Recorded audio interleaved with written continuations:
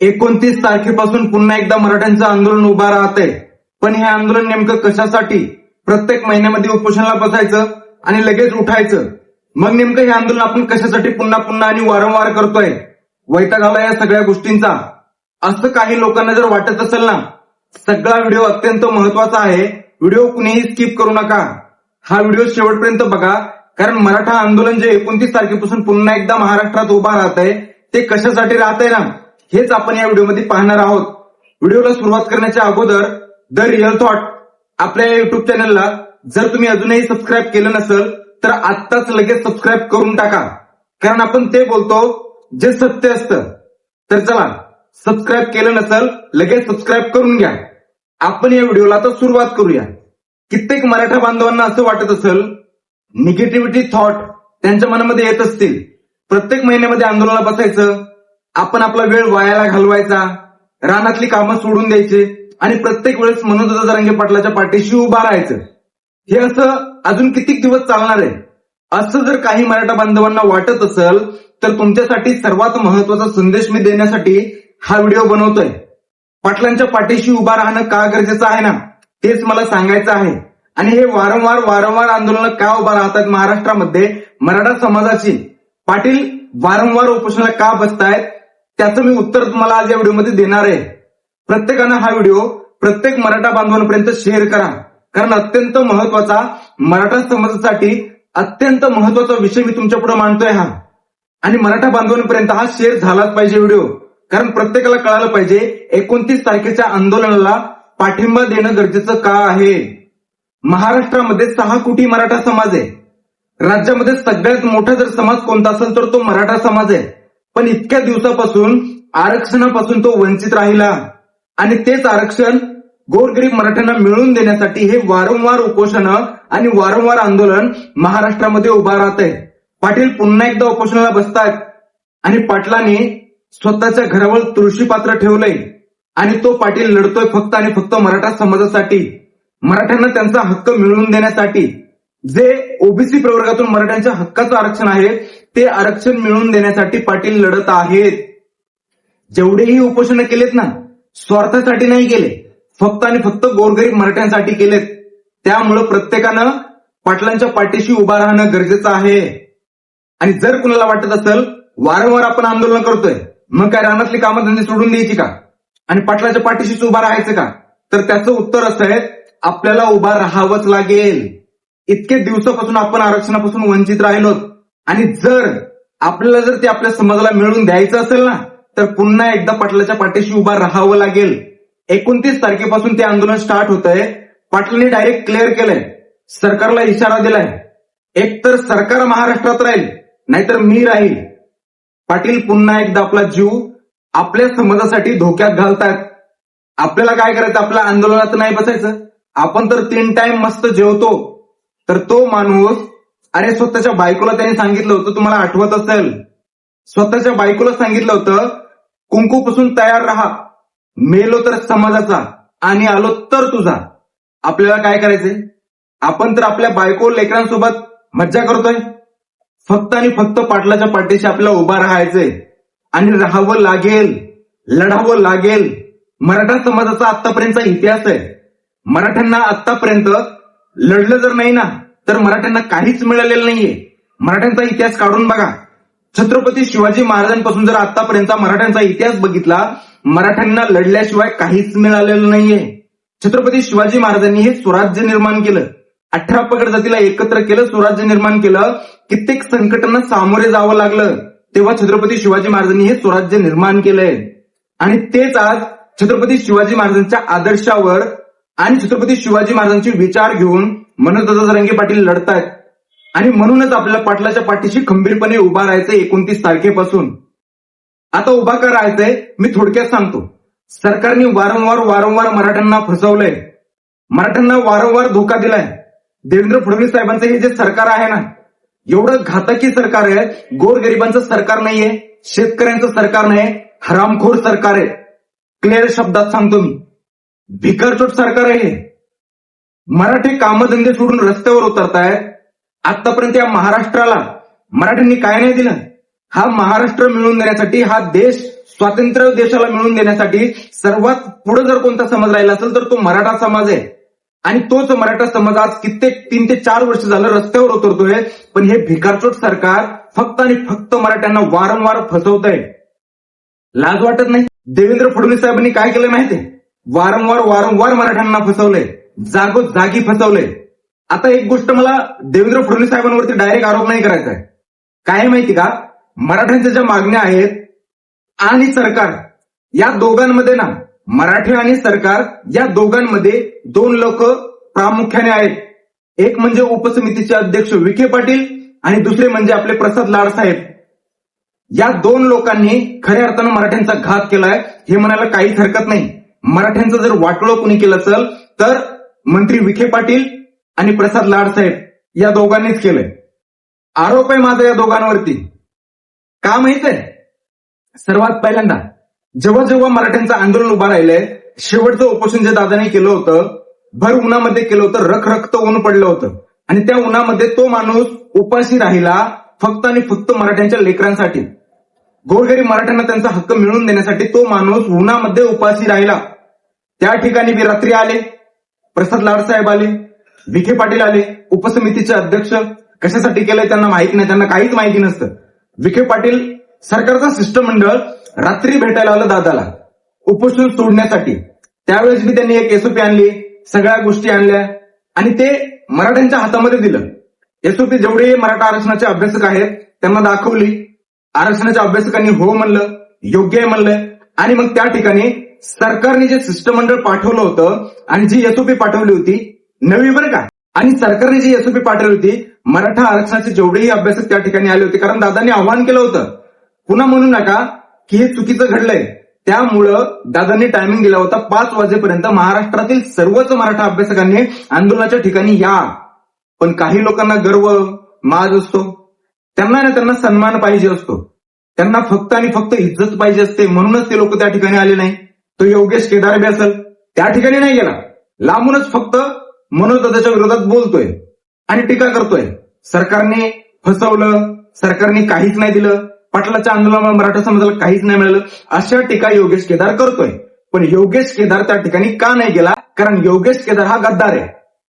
मी आरोप करतो. आणि जर तो गद्दार नसेल ना, सिद्ध का करून नाही दाखवलं? पाटलांनी तर आव्हान केलं होतं, त्या ठिकाणी तू का नाही गेला? क्लिअर आहे ना?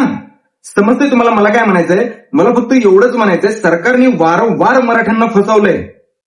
कशा पद्धतीने फसवलं हे तुमच्या समोर आहे आणि सगळ्यांना माहित आहे. कारण हे जे आंदोलन चाललंय ऑन रेकॉर्ड, सगळं सोशल मीडियावरती आहे, सगळं आणि सगळं जनतेसमोर आहे. पाटील जेव्हाही उपोषणाला बसलेत, एकही बैठक अंधारात नाही झालेली आहे. सगळं पत्रकार बांधवाच्या समोर झालंय. त्यामुळं अंधारात काहीच गोष्टी घडलेल्या नाहीये. आता मला महत्वाचं सांगायचंय, सरकारने कसं फसवलं. हैदराबाद गॅझेट लागू केलं, अंमलबजावणी झाली नाही. हैदराबाद गॅझेटनुसार अजूनही प्रमाणपत्र मिळत नाहीयेत. दुसरी गोष्ट, मराठा आंदोलन जेव्हापासून उभा राहिलं होतं तेव्हापासून कित्येक मराठा आंदोलकावर गुन्हे दाखल करण्यात आले होते. ज्या लोकांचा काहीच संबंध नाही, पोलिसांनी त्यांच्यावर सुद्धा गुन्हे दाखल केले होते. त्या ज्या केसेस आहेत, सरकारने आश्वासन दिलं आम्ही लवकरात लवकर मागे घेऊ. अजूनही कित्येक मराठ्यांच्या पोरांवरती केसेस आहेत. मग ते गुन्हे मागे का घेतले नाही? का नाही घेतले? आता तिसरी गोष्ट, मराठा आंदोलन जेव्हापासून सुरू आहे तेव्हापासून आपलं ओबीसी प्रवर्गातून हक्काचं आरक्षण मिळावं यासाठी कित्येक मराठा बांधवांनी आत्महत्या केली. त्यांच्या कुटुंबातील एका सदस्याला नोकरी आम्ही देणार, नोकरी अजून काही लोकांना मिळालेली नाहीये. आणि महत्वाचं, ज्यांनी आत्महत्या केली त्यांच्या कुटुंबाला आर्थिक मदत म्हणून 10 लाख रुपये आम्ही देऊ असं सरकारने मराठ्यांना सांगितलं होतं. पण अजून कित्येक लोकांच्या अकाउंटवर ते पैसे पडलेले नाहीये. मग तिथेही फसवलं. 17 गॅझेट 1 महिन्याचा वेळ द्या असं सरकारने सांगितलं होतं. 1 महिन्यामध्ये आम्ही अभ्यास करू, जेणेकरून कायदेशीर कोणत्याही अडचणी येणार नाहीत असं सरकारने मराठ्यांना सांगितलं होतं. आणि 17 गॅझेट 1 महिन्यात लागू करू. Aundh gadget, Bombay gadget, Pune gadget, हे सगळे गॅझेट 1 महिन्यामध्ये आम्ही लागू करू असं सरकारनं मराठ्यांना आश्वासन दिलं होतं. आश्वासन दिलं आणि जे भर उन्हामध्ये आंदोलन झालं होतं ते आंदोलन सरकारने पाठीमागं घ्यायला लावलं. आता मनोज दादांनी विश्वास ठेवला, कारण कोणताही आंदोलक असो कोणत्याही जातीचं आंदोलन जर उभा राहिलं, जो नेता असतो ना किंवा जो व्यक्ती आंदोलन करतो, उपोषण करतो, त्या व्यक्तीचं काम असतं सरकारवर विश्वास ठेवणं. मागण्या कोण मान्य करणार आहे? सरकार तर करणार आहे. मग सरकारवर विश्वास ठेवणं हे आपलं काम असतं. तेच आतापर्यंत मनोजदांनी केलेलं आहे. म्हणून तर पाठीशी आपल्याला दादांच्या उभा राहायचंय. कारण दादांनी एकही चूक केलेली नाहीये. प्रत्येक श्वास जे दादा घेत आहेत फक्त आणि फक्त गोरगरीब मराठ्यांसाठी घेत आहेत. दादाची काही चूक नाहीये. सरकारने मराठ्यांना फसवलंय आणि जर सरकार फसवतंय तर सरकारच्या छाताडावर बसण्याची धमक मराठ्यांमध्ये आहे. कशासाठी पाटलाच्या पाठीशी उभा राहायचंय हे तर मी सगळ्यांना सांगितलं. हैदराबाद गॅझेट लागू केलं पण त्यानुसार प्रमाणपत्र मिळत नाही, म्हणून पाटलाच्या पाठीशी उभा राहायचंय. सातारा गॅझेट लागू करू 1 महिन्यात असं सांगितलं होतं, अजूनही लागू केलं नाही, त्यासाठी पाटलाच्या पाठीशी उभा राहायचंय. जे आपले बांधव ज्यांनी आत्महत्या केली त्यांच्या कुटुंबातील एका सदस्याला नोकरी मिळवून द्यायची आपल्याला, त्यासाठी पाटलाच्या पाठीशी उभा राहायचंय. चौथी गोष्ट, त्या कुटुंबामध्ये आर्थिक मदत म्हणून 10-10 लाख रुपये आपल्याला त्यांना मिळवून द्यायचे, त्यासाठी पाटलाच्या पाठीशी उभा राहायचं. आणि 5वी आणि महत्वाची गोष्ट, Satara gadget, Bombay gadget, Aundh gadget, सगळे गॅझेट आपल्याला मराठा समाजाला मिळवून द्यायचे, म्हणून पाटलाच्या पाठीशी पुन्हा एकदा 29 तारखेपासून उभा राहायचे. मराठा बांधवांनो, लढावं लागेल तरच मराठ्यांना मिळणार आहे. लढले नाही काहीच मिळणार नाहीये. 2-4 समाजातील फितूर झाले, गद्दार झाले आणि ते जर आता मराठा बांधवांचे डोके भडकवत असतील, मराठ्यांनो विचार करा. पाटील 3 वर्षापासून लढतायत फक्त तुमच्या लेकरांसाठी, तुमच्या लेकरांच्या भविष्यासाठी. मग तुम्ही विचार करा, 4-5 कुत्रे जे समाजातील भुगतायत त्यांच्यावर विश्वास ठेवायचा की पाटलावर ठेवायचा? विचार करा ना. हे जेवढेही भुगताय ना मंडळी, मराठा समाजातीलच गद्दार अवलादी, काय योगदान आहे यांचं समाजासाठी? किती दिवस उपाशी राहिले ती? हरामखोर आहेत सगळे. आणि दलाल लाभार्थी टोळी ही. एकाला टेंडर नाही मिळालं म्हणून तो मराठ्याच्या विरोधात गेला, एकाला सन्मान नाही मिळाला तो अभ्यासक म्हणून तो पाटलाच्या विरोधात भुगतोय. त्याला इज्जत नाही दिली. दुकानदार यांच्या बंद केल्या पाटलाने, म्हणून हे लोक भडवे साले दलाल आता पाटलाच्या विरोधात भुगतात आणि मराठ्यांना भडकवण्याचं काम करतायत. तुम्ही विचार करा, पाटील जेवढेही आतापर्यंत आंदोलन केलेत ना, फक्त आणि फक्त तुमच्यासाठी केलेत, तुमच्यासाठी केलेत. मग तुम्हाला पाटलाच्या पाठीशी पुन्हा उभा राहावं लागेल. प्रमाणपत्र सगळ्यांना मिळणार. काय असतं माहिती का, एकदाच 10 भाकरी खायच्या ना, चतकूर खाल्लेलं कधीही चांगलं आहे. कारण शत्रू समोर खूप मोठा आहे, खूप मोठा आहे. आणि एवढ्या बलाढ्य शत्रूला आपल्याला सामोरे जाऊन आपल्या हक्काचं आरक्षण मिळवून घ्यायचंय, एवढं सोपं नाहीये. लढावं लागेल. जर लढले नाही काहीच मिळणार नाहीये. तुम्ही समाजाला आतापर्यंत जे कुणीच मिळवून दिलं नाही ना, ते तुम्ही मिळवून देताय. Hyderabad gadget, Satara gadget, Aundh gadget, Bombay gadget, Pune gadget, सगळे गॅझेट तुम्ही मराठा समाजाला देताय. 10-10 लाख रुपये ज्या आपल्या मराठा बांधवांनी आत्महत्या केली या आरक्षणापायी, त्यांच्या कुटुंबाला आर्थिक मदत म्हणून तुम्ही 10-10 लाख रुपये मिळवून देताय. त्यांच्या कुटुंबातील एका सदस्याला नोकरी मिळवून देताय. आपले जे मराठा बांधव जेव्हापासून हा आपला लढा सुरू झालाय, ज्यांच्यावर गुन्हे दाखल झालेत, आपल्या एकीमुळं आणि आपल्या दबावामुळं सरकार त्या केसेस मागे घेते, त्यामुळं आपल्याला लढावं लागेल. मराठा समाजाला तुम्ही ते मिळवून देताय जे आतापर्यंत कुणीही दिलं नाही. म्हणून मराठ्यांनो, एकत्र या आणि एकत्र यावंच लागेल. लेकरांच्या भविष्यासाठी तुम्हाला यावं लागेल. आणि विखे पाटील असतील किंवा प्रसाद लाड साहेब असेल, देवेंद्र फडणवीस साहेब, तुम्हाला एक विनंती करतो, हे जे दोघं आहेत ना, या दोघांनी जर मराठ्यांचं दुःख तुमच्या पुढे मांडलेलं नसेल ना, एकदा मराठा समाजाला क्लिअर करा. एखादी पत्रकार परिषद घ्या आणि मराठ्यांना सांगा, मराठ्यांचं जे दुःख आहे ते या दोघांनी माझ्यापर्यंत पोहोचवलेलं नाहीये. मग मराठे प्रसाद लाड साहेब असतील किंवा विखे पाटील असतील, मराठे या दोघांकडे बघून घेतील. त्यामुळे फडणवीस साहेब एखादी पत्रकार परिषद घ्या आणि सांगा मराठ्यांना की तुमच्या पुढे अजून मराठ्यांचं दुःख आलेलं नाही. कारण काय माहितीये, मी देवेंद्र फडणवीस साहेबांना एवढं जास्त का बोलत नाही माहितीये, कारण अजून आपल्याला ही गोष्ट क्लिअर नाहीये. कारण जेव्हा मराठ्यांचं आंदोलन उभा राहिलंय, कधी जेवढी आतापर्यंत उपोषण दादांनी केलीत ना, प्रत्येक वेळेस उपसमितीचे अध्यक्ष असतील विखे पाटील, उदय सामंत साहेब असतील, पुन्हा अजून प्रसाद लाड साहेब असतील, यांनी मध्यस्थी केलेली आहे. मराठ्यांच्या आणि सरकारच्या मध्यस्थी हे लोक आहेत.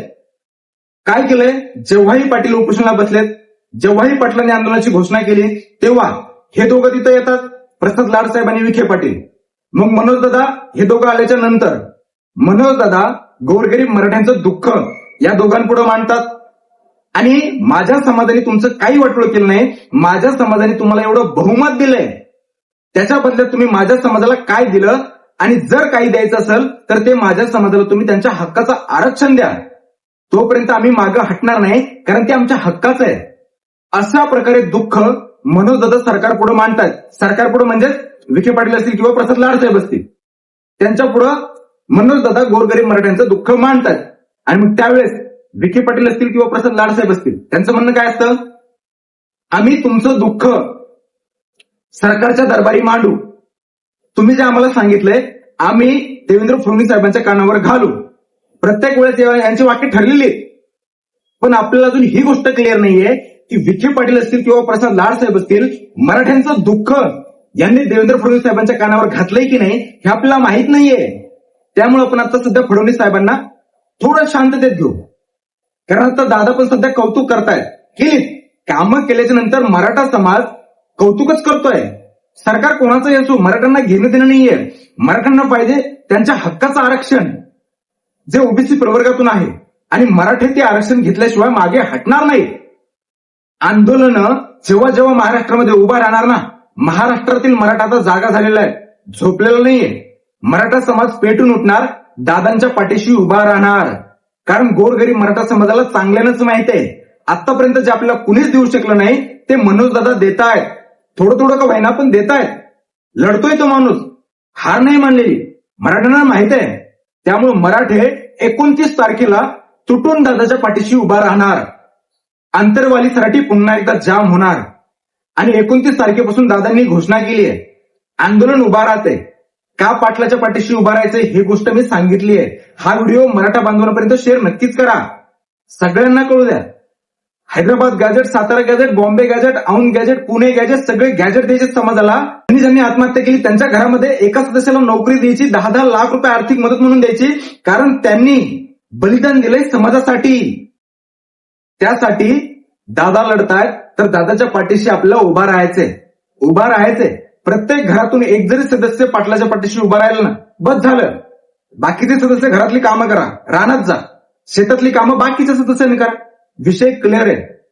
पुन्हा एकदा महाराष्ट्र जाम मराठी करणार आहेत. फडणवीस साहेब, जर विखे पाटलांनी आणि प्रसाद लाडसाहेबांनी जर तुमच्या कानावर दुःख घातलं नाही, पत्रकार परिषद घेऊन सांगा, मराठी यांच्याकडे बघतील. आणि जर दुःख कानावर तुमच्या घातलं असेल तर तुम्ही मराठ्यांना का देत नाहीत, मराठ्यांचा छळ का चालवलाय? तुम्हाला काय वाटतं? मराठे घाबरतील आणि तुम्ही मराठ्यांवरती लाठीचार्ज करताल असं जर तुम्हाला वाटत असेल ना, गैरसमज डोक्यातून बाजूला काढा. मराठे एकदा तुम्ही लाठीचार्ज करून बघितला. आता जर पुन्हा मराठ्यांवरती लाठीचार्ज केला ना, महाराष्ट्र पेटल्याशिवाय राहणार नाही. जिकडे बघावं तिकडे मग धुरच दिसल. त्यामुळे ना, गोरगरीब मराठा समाज एवढं तुम्हाला बहुमत दिलंय. आज तुम्ही महाराष्ट्राचे मुख्यमंत्री आहात फक्त आणि फक्त मराठा समाजामुळे. मतदान केलंय तुम्हाला म्हणून तुम्ही मुख्यमंत्री पदाची शपथ घेतली. मराठ्यांना त्यांचा हक्क देऊन टाका, आणि तो तुम्हाला द्यावा लागेल. नाहीतर मराठे छातडावर बसतील तुमच्या आणि हक्काचं आरक्षण मिळवून घेतील.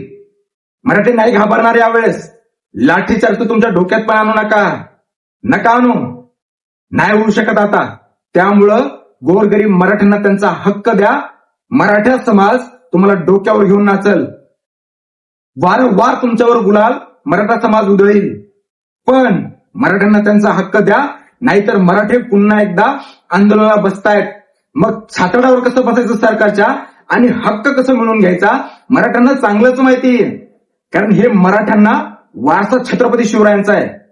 छत्रपती शिवाजी महाराजांनी लढायचं कसं चांगलं शिकवलंय मराठ्यांना. त्यामुळे ना, गोरगरीब मराठा समाजाला त्यांच्या हक्काचं द्या. बाकी एवढंच सांगल, मराठा बांधवांनो, उभा राहायचंय पाठीशी. तुम्ही कुठून उभा राहताय नक्कीच कमेंट करून सांगा. पाटलांचा पश्चिम महाराष्ट्र दौरा सध्या सुरू पण होणार आहे. 29 तारखेच्या अगोदर पाटील महाराष्ट्रभर फिरणार आहेत आणि मराठा समाजाला आव्हान करणार आहेत, 29 तारखेला अंतरवाली सराटीत या. सगळ्यांना यायचंय आणि यावंच लागतंय. लढाई आपल्या लेकरांच्या भविष्यासाठी, लढाई आपल्या हक्कासाठी, न्यायासाठी. हक्क मिळवून घ्यायचा आहे, न्याय मिळवून घ्यायचा आहे. त्यासाठी पाटलाच्या पाठीशी प्रत्येक मराठा बांधवांनी उभा राहायचंय. कुठून येत आहे आंदोलनाला नक्कीच कमेंट करा. बाकी एवढंच सांगेल, हा व्हिडिओ जास्तीत जास्त मराठा बांधवांपर्यंत शेअर करा, कारण हा व्हिडिओ खूप महत्वाचा आहे. वैताग आला असं कुणी विचार करू नका, कारण खूप महत्वाचं आहे. वैताग आला असा कुणी विचार करू नका. 29 तारखेला प्रत्येकानं यायचंय आणि पाठीशी उभा राहायचंय, कारण आपली ताकद सरकारला झुकवू शकते हे आपल्याला माहिती आहे आणि आपली ताकद राज्यामध्ये खूप मोठी आहे. सरकारच्या छाताडावर मुंडक्यावर पाय देऊन मराठे पुन्हा एकदा गुलाल फडकवणार आणि गुलाल उधळायचा आहे. त्यामुळे ना सज्ज व्हा, तयारी करा, शेतातली कामधंदे तोपर्यंत सगळी उरकून घ्या आणि 29 तारखेला सगळ्यांनी उभा राहा. बाकी पुन्हा एकदा सांगतो, द रिअल थॉट आपल्या युट्यूब चॅनलवर जर तुम्ही नवीन असाल, हक्काने सांगतोय आणि तुमच्या हक्काचा माणूस म्हणून सांगतोय, जर नवीन असाल, अजूनही तुम्ही आपल्या युट्यूब चॅनलला सबस्क्राईब केलं नसेल तर लगेच सबस्क्राईब करून टाका, कारण आपण ते बोलतो जे सत्य असतं. सबस्क्राईब केलं नसेल करून टाका. बाकी थांबतो, भेटूया लवकरच नेक्स्ट व्हिडिओमध्ये.